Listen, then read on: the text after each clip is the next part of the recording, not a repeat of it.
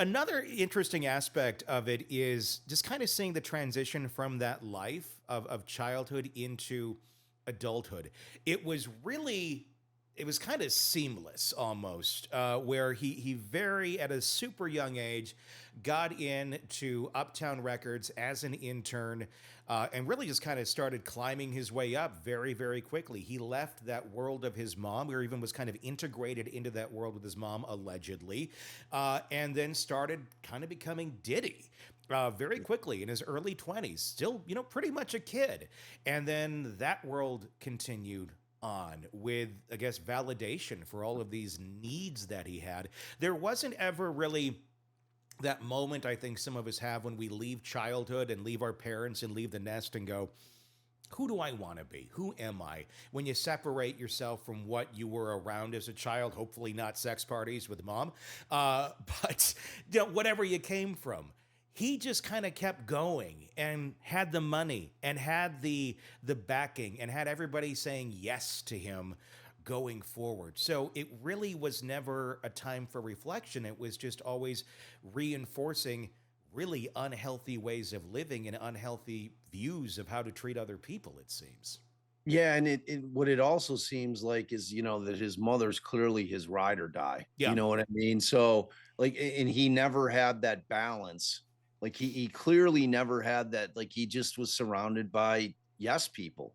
Like he never had that person apparently just kind of in his ear being like, yo, man, you might want to reel this shit in. And if he did have that person, he wasn't willing to listen. Yeah. I think you can now kind of understand that his mother was continuing to enable him throughout the course of his life. Hmm. She had to have been aware of all the shit that was going on with him. I mean, that's his confidant. I guarantee you there is no one that he told more to than his mother. Hmm.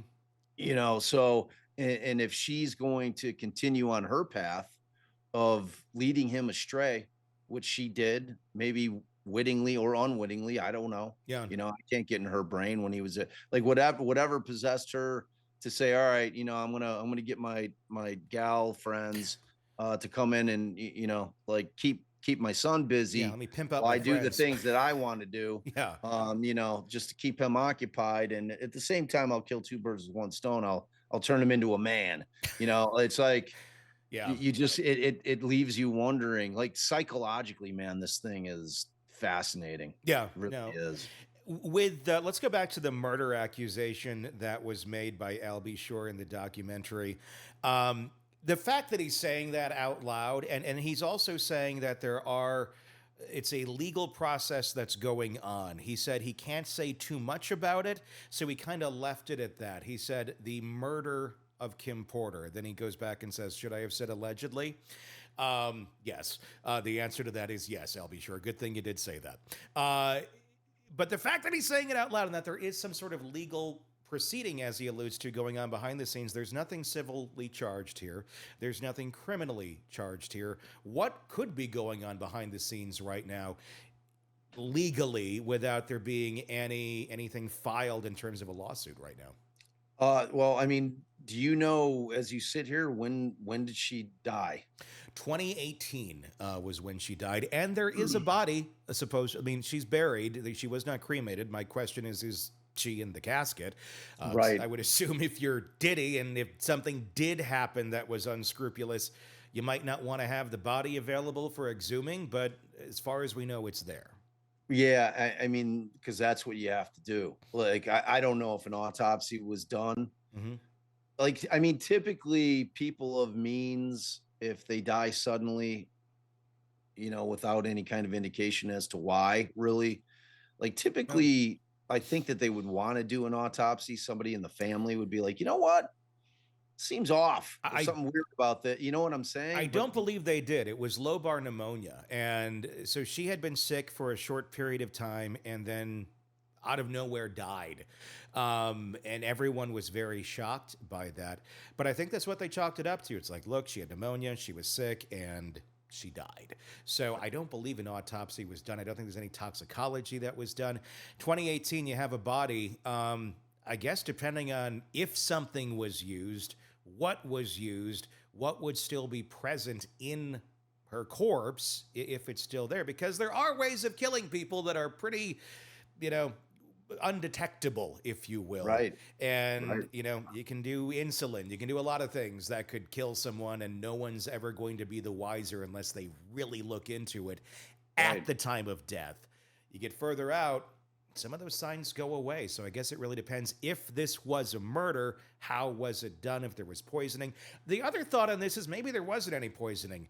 If, and I don't know the answer to this, but whoever was in charge of her care, if there was some sort of incentive not to give her the care that she needed, or not give her the medicine that she needed, or give her something else that she thought she was getting what she needed, that could kill you too if you're not Right. being treated correctly. And then it looks, no one's any the wiser, because you literally had an illness kill you due to lack of treatment, which could be a possibility here too. Which is that murder? I guess if your intent is for the person to die, it would be, but it'd be a hard Sure. one to prove. Yeah, it would definitely be a hard one to prove. I mean, you'd really have to. I mean, they essentially they did it with Tammy Daybell. I Yeah. mean, they exhumed her, and they kind of worked their way backwards after it became apparent of what was going on with Lori and Chad.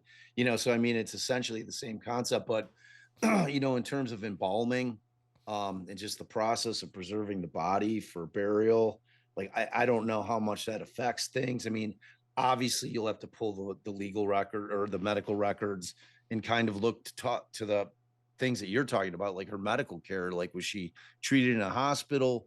Was she treated at home? Did she just go to a doctor? Did she have a regular physician? Like, all of those things, and then you kind of have to look at, like, who made that determination that that was the cause of death. And then, from the poisoning angle, I guess where you'd start is, what type of, I guess, like, what type of injection or drugs could you give somebody that would cause symptoms that were similar to pneumonia? Yeah.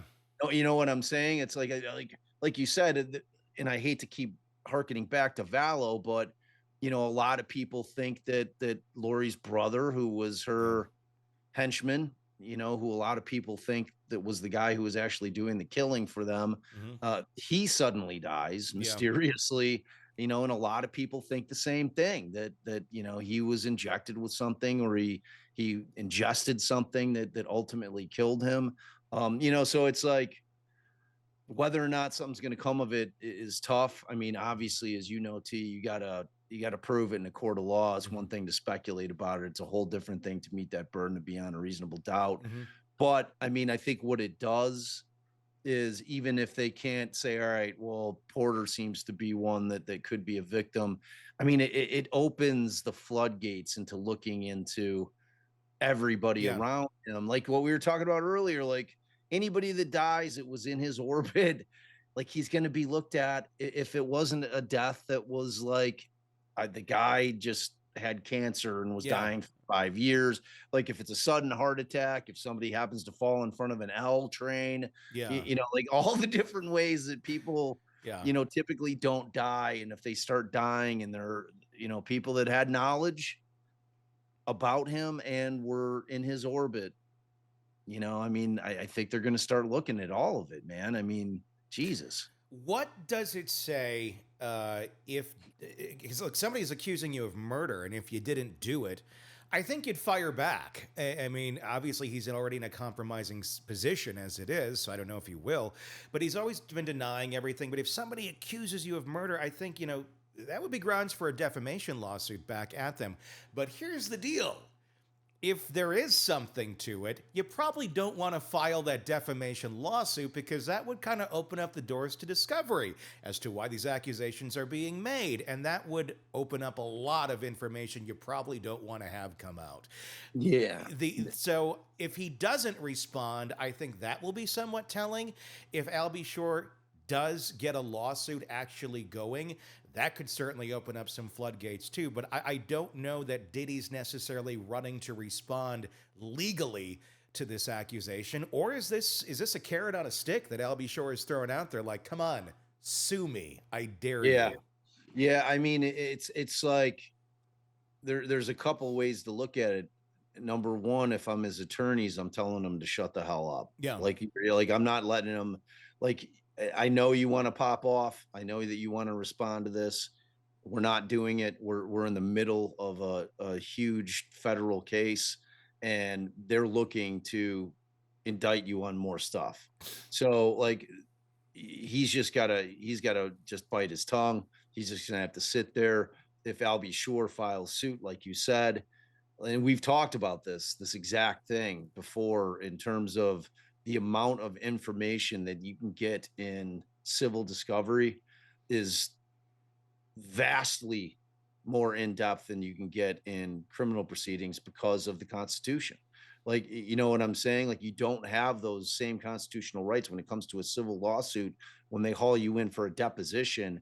And, I mean, the the defense to defamation is it's the truth. Mm-hmm. So, that then becomes the battleground, where you're going to have Albie Shore and everybody else that they can gather that's got information coming out and firing, and Diddy's going to have to sit there and get deposed. Mm-hmm. Like, there's no avoiding that. If you're going to sit there and say that the guy's lying, there's going to be a deposition that's going to take place with Diddy, where he's going to have to sit there, and that is going to be the Inquisition, Mm-hmm. like no other. Yeah. Like, in a way that you can't be interrogated by police in a criminal case. That's what I'm saying. It really opens him up to just like an unbelievable amount of potential discovery and information flooding out, because they're parsing every single word, and it's impossible. It's Mm-hmm. impossible when you're just every other word out of your mouth is a lie to keep track of it all. You Yeah. just can't. Like, the only way that you can do that is by telling the truth, like, because you don't have shit to forget. With exhuming a body, which, if I don't know, I'm not an expert in any of this, just from what we talk about here, I would think if you got Kim Porter's body tested, that would be a big deal, especially if something showed up. In a civil case, what are the grounds to do that, and who has the ultimate choice of a body being exhumed? Would that be her kids, which would be, she Yeah. has one with Albie Shore, she has a couple with Diddy, so you have some who may not be so keen on digging Kim up. Or can a court order that if it's you're making these accusations?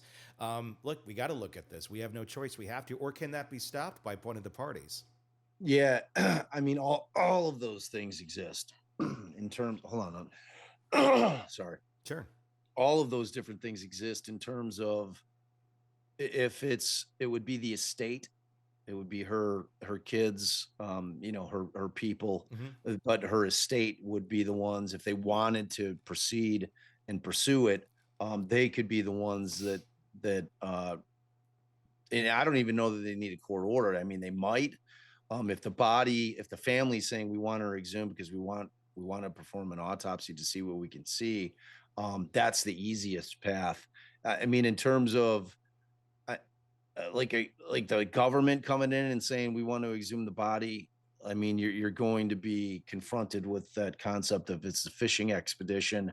We need probable cause to show, because you're essentially asking for a Sure. warrant, to exhume her and go conduct a search on her person. Mm-hmm. So that's an interesting concept as well. And I don't know if they have enough. Yeah, and that'd be a Just whole with, different type of case too. That would be criminal versus civil, right. and we don't know where it's going to go, if it's going to go anywhere at all. And that's, he was very mysterious when alluding to what was actually going on behind the scenes legally. If it was civil or criminal, we don't know the answer to that question. And I think the interplay that you were talking about is what's interesting. Mhm. I think it depends on, like, if it turns into, okay, Albie Shore is going to file a suit against him for wrongful death. That's one thing. If Diddy turns around and files a suit for defamation, and then Albie Shore's lawyers say, all right, good, because this is what we're going to do. We're going to sue you back, and we're going to sue you for wrongful death. That opens the whole can of worms. Like, Mhm. at that point, you know what I mean? Like, they could be waiting to see what his response is Mhm. if something comes down the pike, whether it be a defamation suit, or whether or not he being Albie Shore in the estate of Kim Porter is thinking about, all right, we want we want to move forward with the wrongful death, Mm-hmm. lawsuit, which we saw again with Kim Yeah. Goldman. Yeah. Was it Goldman? OJ. Was that Yeah. OJ's? Yeah. Like her, like, and it's a much lower burden in terms of getting a judgment in a civil case than it is getting a conviction in a criminal case. So, I mean, those are all definitely possibilities, but like you're really trying to stick that carrot out there on that stick with them if you're trying to draw them in. Mm-hmm. You know what I'm saying? So like, because that's the way that I would look at it. If he files a wrongful death suit, and there's going to be a lawyer out there that says, yeah, I'm all in, man. Mm-hmm. Like the potential payday on this thing's huge. And kind of the notoriety that I can gain from bringing the suit, like he won't have a hard time finding a civil defense or civil plaintiff's lawyer to come in and say, yeah, I'll take a look at this. I'll mess with it. Yeah. So like how it plays out will be just another fascinating aspect of this case. It keeps getting deeper and darker every single day, and who knows what's around the next corner. Literally, things could be unearthed. People could be unearthed. Yeah. Oh, I see what you did there. Yeah. The trail of destruction runs deep. Yes, it does. We'll keep following it right here.